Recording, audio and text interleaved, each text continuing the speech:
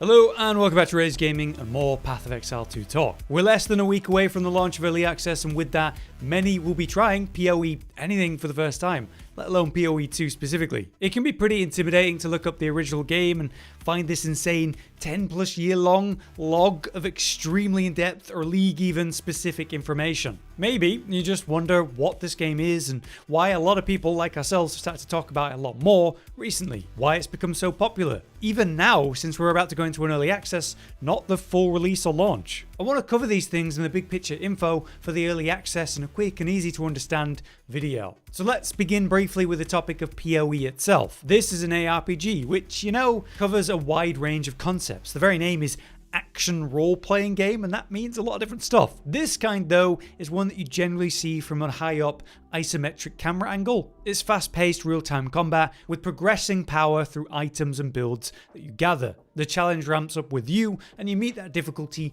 by maximizing your output. So it actually starts very simple and slow, and gradually gets more complex and complex, resulting in a really rewarding journey, and hopefully a good gameplay loop long term. PoE 1 achieved this to a fantastic level, very much influenced by Diablo 2, to be a classic ARPG rather than say the casualer new version that we have in Diablo 4. However, I do think that Path of Exile 1 was held back by the fact that it was, a much smaller team than what Blizzard fields. The budget, the marketing. Realistically, it is a very dated looking game in the current year that we're in, but it's kind of like a small project that's been done so well, stretching beyond being a small project, an incredible success that's been maintained and achieved a high status as a top ARPG throughout the lifespan of even others. Now, unfortunately, I do also think it's very hard to get into as a new player to the genre. I'd credit that partly to over a decade of blow, systems on systems on systems, that are overall are brilliant, but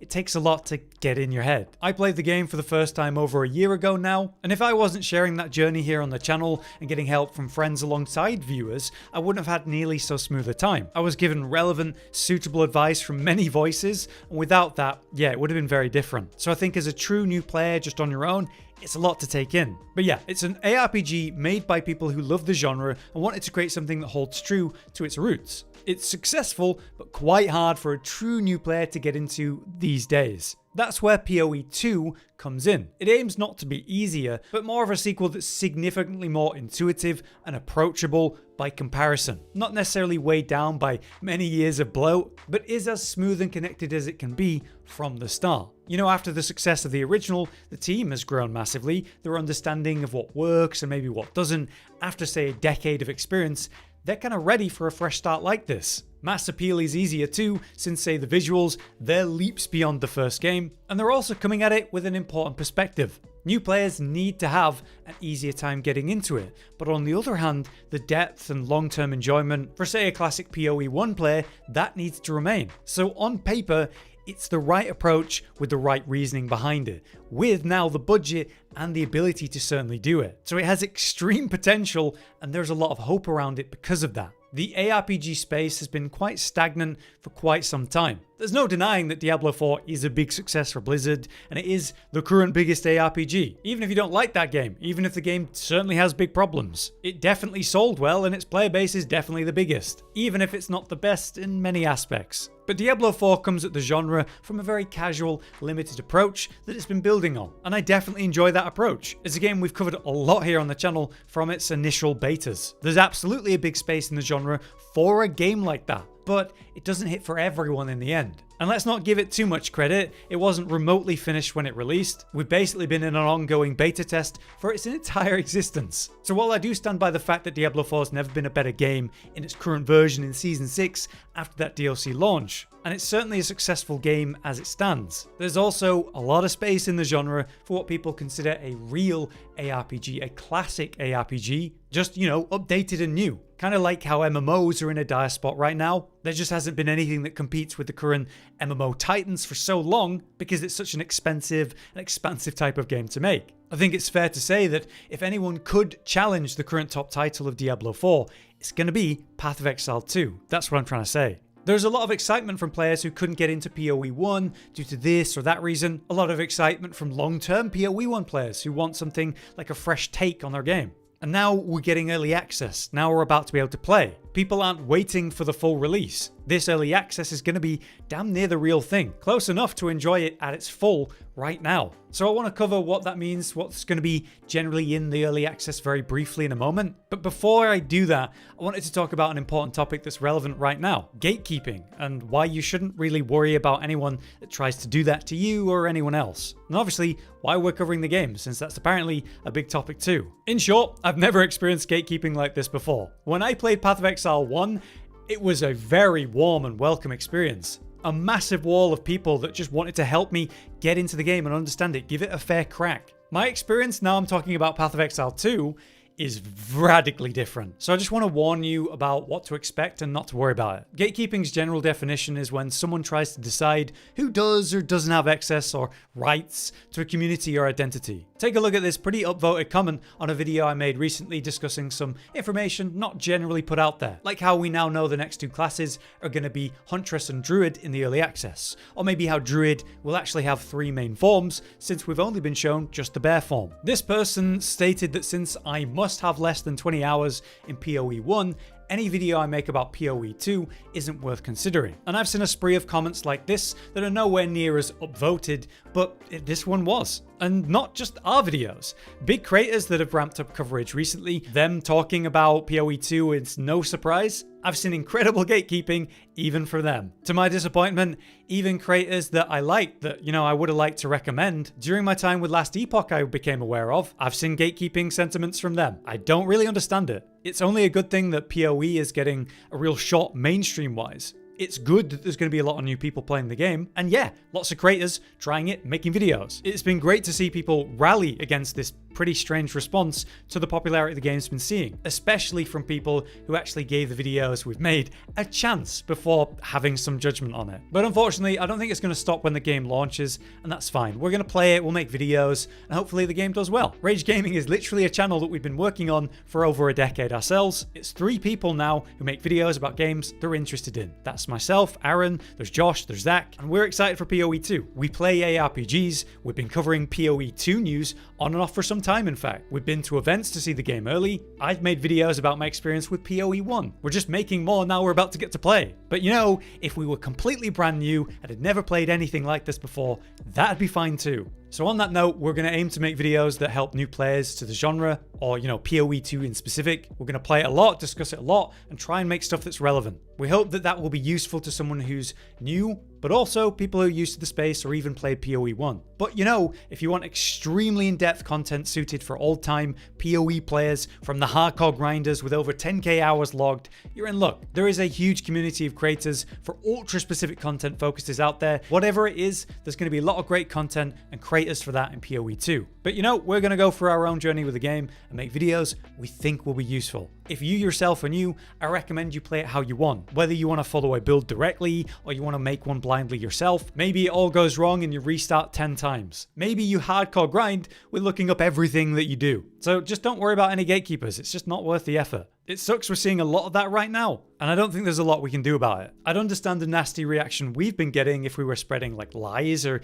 negativity, bashing on other creators or something. But literally, we're playing the game, we've been playing the game, we're going to make videos, we've been making videos. Hopefully, it all just chills out. But now we've referenced the unfortunate part of PoE 2's build-up, let's quickly cover the key details for this early access you might want to know. Firstly, the game is free to play, but this initial early access, you might be wondering, you will need to purchase one of the supporter packs to get in. It's true that some people will have access for free, maybe they played a lot of PoE 1, they've paid a lot of money in PoE 1. But while the full release is going to be free, we will need to buy at least the basic support pack if you're new. This will give you points to spend in the shop though, which means you'll have some resources to work with for important purchases. So on that note, good advice on the Reddit right now is that you shouldn't blindly purchase the basics like certain tab upgrades, recurrency, maps, or whatever those options are going to be. Not instantly anyway. It was a logical purchase to make in PoE 1 because the game was free, but it might be totally different in PoE 2. As an example of what I mean, in the original game you could buy special tabs for your stash. They're basically there to help organize different types of items and are incredibly effective at that purpose. So people would buy a map tab for their stash. I describe them as worthy investments if you find yourself playing the game long term or, just a lot. But until we know what's going to be impactful and really useful in PoE 2, I think it's going to be good to wait at least a little bit. it. It's also important to know that they offer sales at times for different tabs, so even if you know what you want, it could be well worth waiting even then. Naturally, buy what you want, but I am suggesting you wait initially, and you'll have at least those 300 points to start with the basic support pack. It all goes live anyway at 11 AM PST on December 6th, and this early access period is planned to be at least 6 months long. You will be able to keep your early access characters at launch, but it's going to be on a separate league called the Early Access League at that point, so they won't go into the standard league, which if you come from Diablo 4 is basically the Eternal Realm. At the start of the early access, we'll be able to play 6 of the 12 planned classes for the game. Each will have 2 ascendancy options rather than the planned 3 per class as well. The classes we're going to begin with are these: Warrior, Sorceress, Ranger, Monk, Mercenary, and Witch. And whichever you go with, you'll be able to pick eventually between 2 ascendancies, which are like their subclasses, providing unique benefits for a specific playstyle. So while a warrior can use basically any ability technically, even spells, it's only a warrior that can ascend to Titan or Warbringer and get the benefits they might provide. I'm happy to say the next 2 classes coming relatively soon are going to be Huntress and Druid though, while we expect Marauder, Duelist, Shadow, and Templar, those are going to come later. For the Ascends, we'll once again complete special trials when we do reach them, and that'll unlock the Ascend choice initially. Then future trials will just reward more points to spend on that subclass's skill tree. We've had it confirmed that you're going to earn 8 total points to spend in that, and some awesome news is that we're going to have long-term 3 different types of trials to achieve it, letting you do the kind that your build is going to be best at or whatever you want to do. In a very quick explanation, we're actually going to start with just 2 of those trial types in early access. That's going to be the one that say has the honor resource, which gets reduced whenever you take a hit. Reach 0 honor and it's going to reset the whole thing. But that's going to be great for fast mobile builds that love AoE clear without ever tanking directly. The other trial though, by comparison, you can take hits, you can go slowly, but as you progress at different points, you'll take scaling negative choices that you have to overcome throughout the rest of the run. Almost like a roguelike. That'll probably be a lot more suited to a slower character and builds, maybe more forgiving, but we'll see how they turn out. Now initially, we will play through the campaign to reach level 65, and then you'll get into the endgame. But for our opening version of Early Access,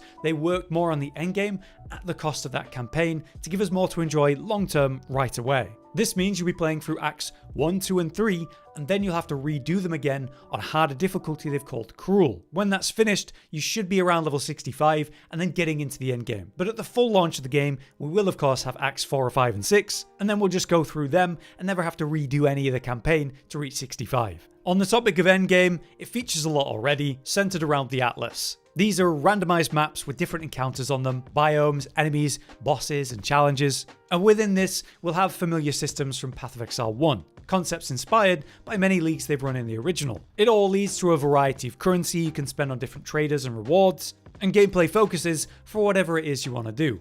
Or maybe you're more suited to. We were shown examples of Breaches, which pours out demons, Delirium, which spreads a mist that generates harder monsters the longer you stay within it. There's Rituals, which revive monsters you killed at the altar, and then also all the monsters you've killed at previous altars, all at once. There's Expeditions, which has you hunting relics, but will be contested by the undead you're basically waking up, just as a quick example of the things they've shown us. Now each of these has its own skill tree to modify your experience, letting you target specific rewards at the cost of the challenge, and we have more in-depth videos on the early access topic if you are interested. But for the purpose of this video, we want to keep it light. I hope this overview gave you an idea of why PoE 2 is so relevant right now and why a lot of people are excited to try it. I'm looking forward to sinking my teeth into it. I definitely enjoyed PoE 1 for its depth and actual wall of creative ideas, but I also found it very dense to even approach. And like I said, at the time, the community was really helpful and welcoming. A real stark difference to my experience, now I'm talking about PoE 2. We've seen a lot of people be supportive though, and kind of go against the gatekeepers, so hopefully things get better as we go. With Path of Exile 2 meant to be more approachable, hopefully they nail it, and we're about to experience a real high for ARPGs. Whatever way it goes though, just have fun with it. But for now, I've been Hollow, you've been you, thanks for watching. Josh, Cotton, and Hollow with the videos, dropping the humor like a hammer on your tippy toes, bringing entertainment on a daily arrangement to take our insanity and turn it into entertainment. Yes, I said entertainment twice, to reiterate that it is nice to look into your faces on a mostly daily basis when you let us in your homes to make the whole world a stage. Goodbye.